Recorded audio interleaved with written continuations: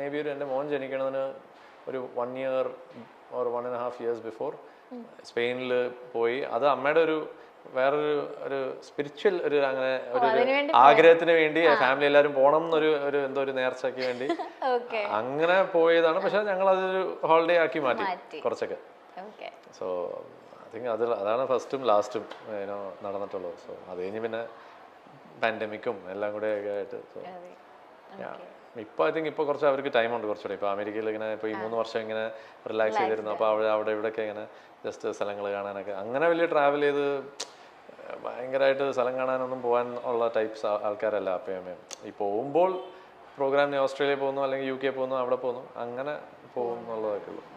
ദാസേട്ടൻ ഇങ്ങനെ കണ്ടിന്യൂസ് ആയിട്ട് വർക്ക് ചെയ്യുന്ന ഒരാളായിരുന്നല്ലോ. അപ്പൊ എപ്പോഴെങ്കിലും ഒരു മകൻ എന്നുള്ള നിലയിൽ ചേട്ടൻ എപ്പോഴെങ്കിലും അച്ഛനൊന്ന് റെസ്റ്റ് എടുക്കണം, അച്ഛനെ ഒന്ന് അങ്ങനെ എപ്പോഴെങ്കിലും ചിന്തിച്ചിട്ടുണ്ടോ? നമുക്ക് തോന്നുന്നില്ല അങ്ങനത്തെ ആൾക്കാർക്കൊക്കെ ഇപ്പൊ നമുക്ക് ആഗ്രഹം ഉണ്ടാവല്ലോ, നമുക്ക് നമ്മുടെ പേരൻസിനെ റിട്ടയർ ചെയ്യണം എന്നൊക്കെ നമുക്ക് അങ്ങനത്തെ ഇപ്പൊ ഇതുണ്ട്. പക്ഷെ അതിന് ചില ആൾക്കാർക്ക് അത് പറഞ്ഞിട്ടുള്ളതല്ല.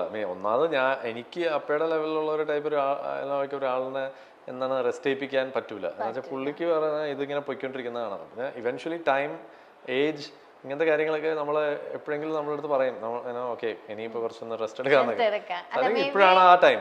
ഇനോവേ കറക്റ്റ് ആയിട്ട് ഒരു പാൻഡമിക്കും വന്നു. സോ പുള്ളിയുടെ ലൈക്ക് ഈസ് ഓക്കെ, ഇത് ആക്ച്വലി ഓക്കെ ഇനിയിപ്പോൾ ഞാൻ എന്താണ് ചില്ല് ചെയ്യാം. അപ്പോൾ അമ്മ ഇങ്ങനെ പറഞ്ഞാൽ നമ്മൾ നടക്കാൻ പോകുന്നത്. അപ്പോൾ അതൊക്കെ ഭയങ്കര മടിയാണ്. പക്ഷെ അല്ലെങ്കിൽ ഡയറ്റും കാര്യങ്ങളൊക്കെ വളരെ കൺട്രോൾഡ് ആണ്. അപ്പോൾ എന്നിട്ട് പിന്നെ ഈ എയർപോർട്ട്സിൽ നടക്കുക, പിന്നെ കച്ചേരിക്ക് 3 മണിക്കൂർ ഇങ്ങനെ ഇരിക്കുക, ഇതൊക്കെയാണ് പുള്ളിയുടെ എക്സസൈസും. അപ്പോൾ ഇങ്ങനെ ട്രാവൽ ചെയ്യുമ്പോൾ തന്നെ ഭയങ്കര അങ്ങനത്തെ നടക്കുന്നതൊക്കെ എപ്പോഴും ഉള്ള ഒരു കാര്യമാണ്. But he's like now is like okay അതൊക്കെ കുഴപ്പമില്ല, കുറച്ചൊന്ന് റിലാക്സ് ചെയ്യാന്നൊക്കെ. ഒരു മിസ്സിംഗ് മൊമെന്റ്സ് ഒക്കെ ഉണ്ടായിട്ടുണ്ടോ ലൈഫിൽ? അങ്ങനൊന്നുമില്ല. ലൈക്ക് ഇപ്പൊ ഞാനും എന്റെ ജോലി അത് തന്നെയാണ്. അപ്പൊ അതൊരു അണ്ടർസ്റ്റാൻഡിങ് ആണ്. ലൈക്ക് നമ്മൾ ഇങ്ങനത്തെ ഇതാകുമ്പോഴത്തേക്കും വിൽ ഹാവ് ടു. ഇപ്പൊ എന്റെ പിള്ളേരെ ഞാൻ അതുപോലെ എത്രയോ മിസ് ചെയ്യുന്നു. എൻ്റെ ഒരു ഡിഫറൻസ് എന്ന് വെച്ചാൽ ഞാൻ കുറെ ട്രിപ്സ് പ്ലാൻ ചെയ്യും എങ്ങനെങ്കിലൊക്കെ. ഒരു സമ്മറെങ്കിലും ഇപ്പൊ ഞാൻ അവരായിട്ട് അമേരിക്കയിൽ പോയി, എന്നിട്ട് അവരവിടെ കുറച്ച് നാൾ അവരുടെ കൂടെ ഉണ്ടായിരുന്നു. അവിടെ അപ്പയുടെ അമ്മയുടെ അവിടെ വിട്ടു. അവരുടെ അമ്മ വന്നു, ഞാൻ ഇങ്ങോട്ട് ജോലിക്കും ഓരോ ഫംഗ്ഷൻസും അവാർഡ് റെക്കോർഡിങ്സ് ഒക്കെ ആയിട്ട് ഞാൻ ഇങ്ങോട്ട് തിരിച്ചു വന്നു. അപ്പോൾ അവരവിടെ ഇങ്ങനെ കുറച്ച് അങ്ങനെ ഡിസ്നി വേൾഡും അങ്ങനെയൊക്കെ കറങ്ങാനൊക്കെ പോയിട്ടുണ്ട്. സോ അങ്ങനെ നമ്മൾ മാനേജ് ചെയ്യാം എങ്ങനെയെങ്കിലൊക്കെ. ഇപ്പൊ ദാസേട്ടൻ അച്ഛനെ കുറിച്ച് നമ്മൾ പറഞ്ഞോണ്ടിരുന്നേ, വിജയ് ചേട്ടൻ അച്ഛനെ കുറിച്ച് ചോദിച്ചാൽ സെൽഫ് ആയിട്ട് എന്തായിരിക്കും പറയാ? അച്ഛൻ പൊളിയാണ്. അതെ, ഞാൻ പറയാൻ പാടില്ലല്ലോ, എന്റെ പിള്ളേർ പറയട്ടെ, അത് ഞാനായിട്ട് പറയുന്നത് ശരിയല്ല. പക്ഷെ ഞാൻ ഭയങ്കര അറ്റാച്ച്ഡ് ആണ് അവരുമായിട്ട്. ഇമോഷണലി ലൈക്ക് നമ്മൾ എപ്പോഴും സംസാരിക്കുകയും ഞങ്ങൾ അങ്ങോട്ടും ഇങ്ങോട്ടും ഓരോ കാര്യങ്ങൾ ഓപ്പണായിട്ട് പറയും. അവർ 8 വയസ്സാവുമ്പോൾ ജൂലൈയിൽ ഇളയാൾക്ക്. അപ്പോൾ 14ഉം 8ഉമാണ്. അപ്പം അവർക്കിപ്പോൾ എല്ലാ കാര്യങ്ങളും ഓപ്പണായിട്ട് സംസാരിക്കാനുള്ള ഒരു ഏജായി. എസ്പെഷ്യലി അമ്മയൊക്കെ. അവിയാൻ കുറച്ചുകൂടെയും ഇപ്പോഴും ചെറുതാണ്, പക്ഷെ എന്നാലും he is also very smart. എല്ലാ കാര്യങ്ങളും വാച്ച് ചെയ്യും, എല്ലാ കാര്യങ്ങളും നോക്കുകയൊക്കെ ചെയ്യും. സോ ദാസേട്ടൻ അവരുടെ കൂടെ ഉള്ളപ്പോൾ ഭയങ്കര ചൈൽഡിഷ് ആയിട്ട് അതാണ് എനിക്കൊക്കെ അങ്ങനത്തെ പ്രോത്സാഹനമൊക്കെ ഇപ്പോഴാണ് കിട്ടുന്നത് പുള്ളിയുടെ.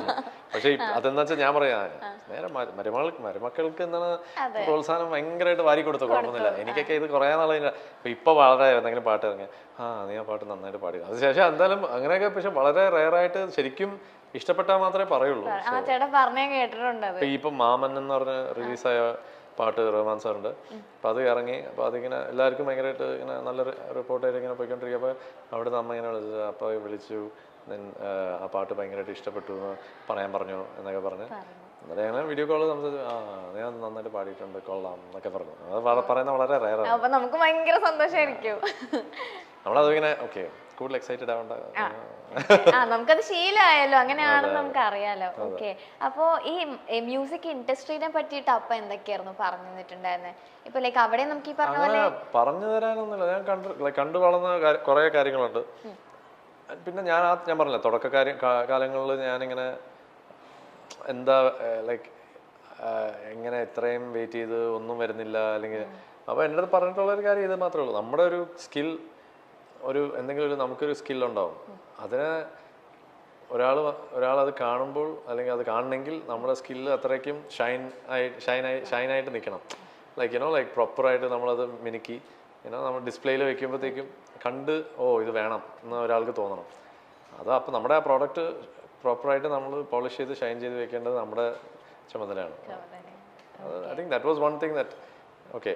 അപ്പോൾ നമ്മൾ ബാക്ക് ഇപ്പോൾ പറഞ്ഞ നമ്മളൊരു യൂഷ്വലി എന്താ പറയുക, ഇൻസ്റ്റാഗ്രാമിൽ നമ്മൾ കാണുന്ന കുറേ പോസ്റ്റുകളാണ് ഭയങ്കര മൗണ്ടൻ സക്സസ് എന്ന് പറഞ്ഞിട്ട് വെള്ളത്തിന് മുകളിലുള്ള ഇത്രയേ ഉള്ളത്. പക്ഷേ ഇത്രയൊക്കെ ഉണ്ട് hard work, difficulties, ups and downs, എന്താണ് ഫ്രസ്ട്രേഷൻസ്, എന്താണ് എത്രയോ കാര്യങ്ങൾ അതിൻ്റെ പുറകിൽ, ആരൊക്കെ അതിൻ്റെ കൂടെ ഉണ്ടെന്നുള്ളതൊക്കെ. അപ്പോൾ അതൊക്കെ ബാക്കിലാണ്. അതൊക്കെ ബാക്കിലുള്ളത് എത്രയോ പേര് കാണില്ല. എല്ലാവരും വിചാരിക്കാം യേശുദാസ് സുഖമല്ലേ, എന്താണ് നല്ല ചാൻസ് കിട്ടുന്നുണ്ടാവും, എന്താണ് എപ്പോഴും ബ്രേക്ക് കിട്ടുന്നുണ്ട്, അല്ലെങ്കിൽ വണ്ടി മേടിച്ചു കൊടുക്കാൻ അച്ഛനുണ്ട്, ഇങ്ങനത്തെ കാര്യങ്ങളൊക്കെ. അതൊക്കെ സിമ്പിൾ തിങ്സ്. അതൊക്കെ നമ്മൾ ഇരുന്ന് ആലോചിക്കാൻ പോയി കഴിഞ്ഞാൽ ഞാൻ ഇതൊക്കെ പറയുന്നത് only because that is what most people like ഈ ഒരു നല്ലൊരു വലിയൊരു അച്ഛനുള്ള ഒരു ആൾക്കാർക്കൊക്കെ ഫേസ് ചെയ്യുന്നത്. ഇപ്പുറത്തെ സൈഡിൽ ദേ ടോക്ക് അബൌട്ട് നെപ്പോട്ടിസം അങ്ങനത്തെ കാര്യങ്ങൾ ഓൾസോ. ബട്ട് ഇതിൻ്റെതായിട്ടുള്ള ഡിഫിക്കൽട്ടീസ് ഇതിനുമുണ്ട്, അതിൻ്റെതായിട്ടുള്ള ഡിഫിക്കൽട്ടീസ് അതിനുമുണ്ട്. So it's part of life. അല്ല, ഇപ്പൊ ദാസേട്ടൻ തന്നെ പറഞ്ഞിട്ടുണ്ട് കഴിവുള്ളവനെ അംഗീകരിക്കണം. അത് എല്ലാവരും പറയുന്ന കോമൺലി പറയുന്ന ഒരു കാര്യമാണ്. അപ്പൊ ദാസേട്ടൻ എടുത്തു പറഞ്ഞൊരു കാര്യമാണ് കഴിവുള്ളവനെ നമ്മൾ അംഗീകരിക്കണം എന്നുള്ളത്. പക്ഷേ ഇപ്പൊ ചേട്ടൻ നേരത്തെ ഇപ്പൊ നമ്മൾ സംസാരിച്ചിരുന്ന പോലെ ഇപ്പൊ ദാസേട്ടന്റെ മകനാണെന്നുള്ള ഒരു അംഗീകാരത്തിലുപരി അങ്ങനത്തെ കാര്യങ്ങൾ ചേട്ടൻ ഫേസ് ചെയ്തിട്ടുണ്ടോ? ദാസേട്ടന്റെ മകനാണെന്നല്ലാതെ വേറൊരു സൈഡിൽ നിന്ന് ഞാൻ ആലോചിച്ചിട്ടില്ല. പക്ഷെ അങ്ങനെയൊക്കെ സംഭവിക്കുകയാണെങ്കിലും ഇറ്റ്സ് ജസ്റ്റ് ടൈം. ഓരോ സമയത്ത് നമുക്ക് എന്തെങ്കിലുമൊക്കെ ഫേസ് ചെയ്യാനുള്ളത് നമ്മൾ ഫേസ് ചെയ്യുന്നു. എന്നാൽ it's just that's it. Like നമുക്ക് അതിനെപ്പറ്റി കൂടുതൽ ചിന്തിച്ചുകൊണ്ടിരുന്ന യു കാൺ ലിവ്.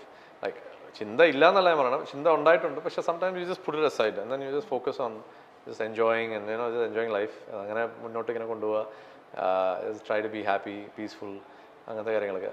കൂടുതൽ നമ്മൾ അതിലേക്ക് ശരിക്കും നമ്മളെ വിളിക്കാത്തത് നമ്മളുടെ അടുത്ത് ഇഷ്ടമില്ലാത്തതുകൊണ്ടാണ്, അല്ലെങ്കിൽ നമ്മൾക്ക് ചാൻസ് തരാത്ത, ഇങ്ങനെയൊക്കെ ചിന്തിക്കില്ല എന്നല്ല, ചിന്തിച്ചിട്ടുണ്ട് കുറേ വർഷങ്ങളൊക്കെ അങ്ങനെ ചിന്തിച്ചിട്ടുണ്ട്.